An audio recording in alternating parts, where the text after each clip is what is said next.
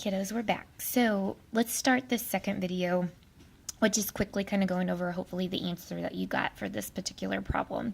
So we weren't doing the floor or the ceiling, which in this case we're excluding the bases, so it means we're doing our lateral area. So what we know is we can find the area of this front wall here, which is 12 by 8, and we can find the area of this side wall here, 21 by 8. Just by multiplying length times width for each one. We know there's two walls that are the same that are opposite of each other, so you end up with this area of the four walls of 528 square feet. Then what they ask you to do is just take it a little bit further, and they do this a lot with surface area problems and lateral area problems.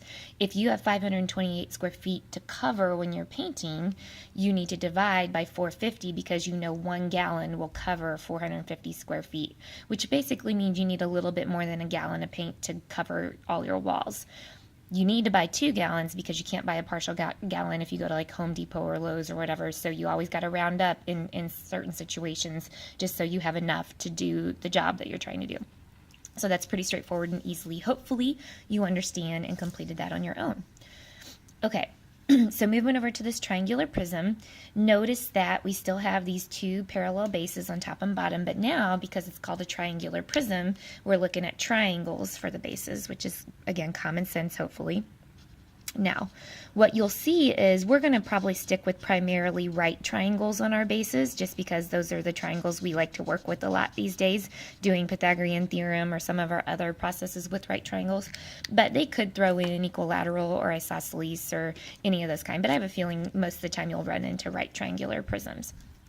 Okay, so the first thing we need to recognize is now as far as our faces, those walls that kind of wrap around this shape, there are 3 of them that go around it instead of 4, mainly because there's obviously 3 sides of this triangle, and every single rectangle going around this prism is a different size because every single side of this triangle is a different size. So the first thing we need to do, if you kind of notice I have it set up here, is our Pythagorean theorem. No surprise, because we're missing the hypotenuse of this right triangle, this base edge that's dotted here or the same one that's up here.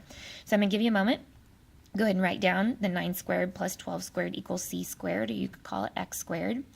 And we need to go ahead and calculate it. So grab your calculators and do the math. So if you type in 9 squared plus 12 squared, you get 225. Now, because there's actually so much work to these kind of problems, and they can get pretty ugly if you leave them in square root form, I'm going to allow you in these to actually type in the square root in your calculator. Now, this one turns out pretty, which is kind of nice. Square root of 225 is 15, so just hit your square root of 225 and actually get the value. So we know that this edge right down here that's dotted, if you want to hide it or draw it in and make it solid, you can. That edge is 15. So now we've got all the dimensions of our 3 rectangles that kind of go around this shape. Now I'm going to do some shading to kind of help you out. So we're going to start with our lateral area. I'm going to use colored pencils, but I know you guys don't have them, but just kind of pay attention to the video and write down the things that I write down. So the first rectangle or square that I see is the one going, sorry about the bell, is the one going straight up and down, and if you look at its dimensions are 15 by 15, so that's kind of like that back wall of that shape. So if we work this out, we're going to do 15 times 15 for our first rectangle, and that is 225. Okay, then we have 2 other walls we need to look at, 2 other faces. So the first one I'm going to see here is this one that's kind of slanted here in the front, and if you look at its edges, it's 12 by 15. So we're going to do a length times width of 12 times 15.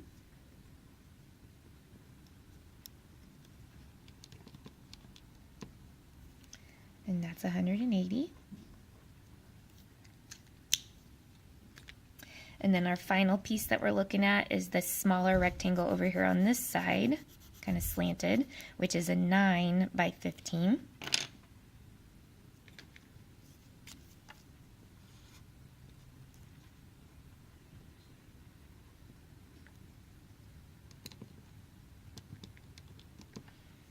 And you get 135.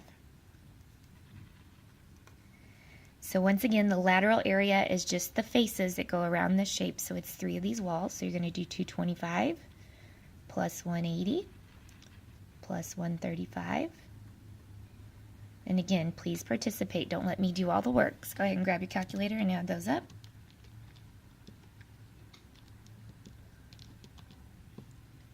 Should have gotten 540. And that is feet squared.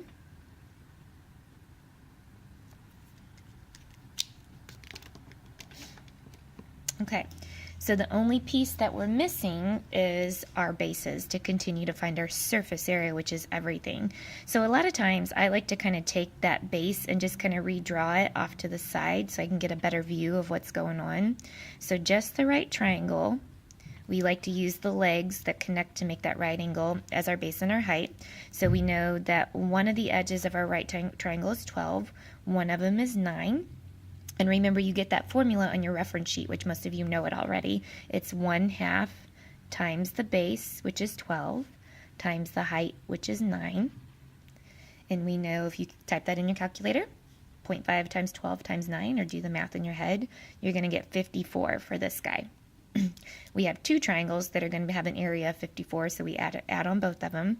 So our final surface area is the 3 faces, which is 540 that we just found, plus 2 of our triangles that each have an area of 54. So once again, grab your calculators. This is 108 plus 54. You can just type it in straight through. Or 540, not 54. And that is 648 square feet. Okay, so let's try the same process one more time. What you'll notice on the next example is they actually took this type of shape and laid it down on its side. And they're going to do that to you a lot, mainly because they're going to try to confuse you. And the other reason why is because they want to give you a better view of what the base looks like. So keep in mind, even though we kind of turn this guy around, the base is still going to be the triangles, the parallel congruent polygons that we talked about earlier in our properties. So this is our base. This is our base still. So you can stand it upright if you want to and try to redraw that, but we're just going to go through the problem as it is. Excuse me. Okay, so the first thing that we did was our Pythagorean theorem. So we know that our 5 and our 12 are our A and our B. We're going to find this slanted edge to help us out a little bit more with our areas. So let's start with our 5 squared plus 12 squared equals C squared. Okay, go ahead and take a couple seconds and do the math.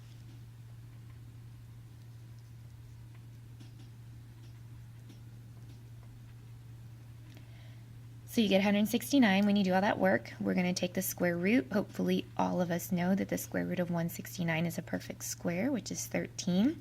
So our slanted edge here is 13.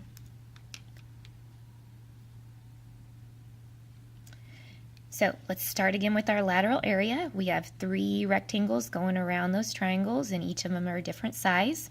So I'm going to start with this bottom one, the one that's kind of setting on.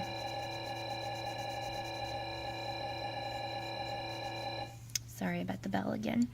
Okay, so we got this flat base that it's setting on, which is a 12 times 6. So that's our first one that we're going to calculate.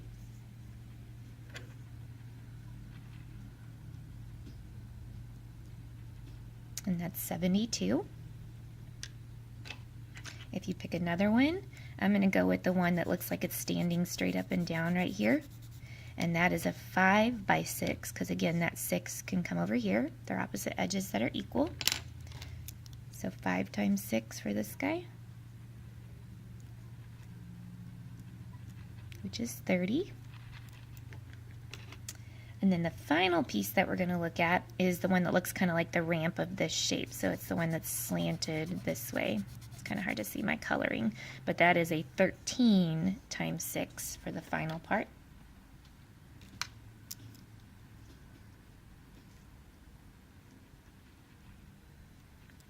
And 13 times 6 is 78.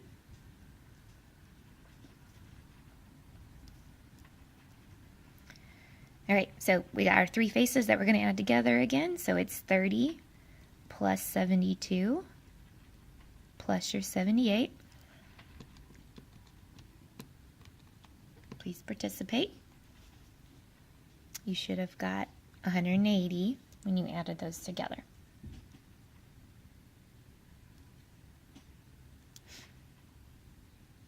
Okay, so surface area, we got to continue to find the rest of our parts of our shape, which is going to be the triangle. So you might not need to redraw the triangle for this one because it gives you a really good view of what's happening, but I'm going to draw it here. So we've got a 12 and a 5 for our base and our height. Sorry about the bell. So we're taking 1/2 times 12 times 5, which is 30. That's for one triangle. We need 2 of them, the front and the back. So your surface area is the faces that we found earlier, which is 180, plus 2 times 30. Anyone going on the field trip to Merrimack, please meet in front of the office right now. Okay, so we've got our total surface area from all those parts that we added together, which is 240. Sorry about all the interruptions over the intercom and bells, but that's part of it. And then that is feet squared for our measurements here, and feet squared here as well. Okay, so now's a good time to kind of press pause again, stop this video, and just actually spend some time on the homework for a little while. So I'm going to have the sub give you about 15 minutes to work on the worksheet that goes along with this lesson. You only need to work on the first page. So don't go to the back side. You haven't learned cylinders just yet. We'll get to that here in a second. So have the sub set a timer or keep an eye on the clock, maybe 15 minutes, and then use your notes to help you out. And then we'll come back, and the last little video that we're going to do is going to be over cylinders. And there's another handout for you to put in your notes for that. Thank you.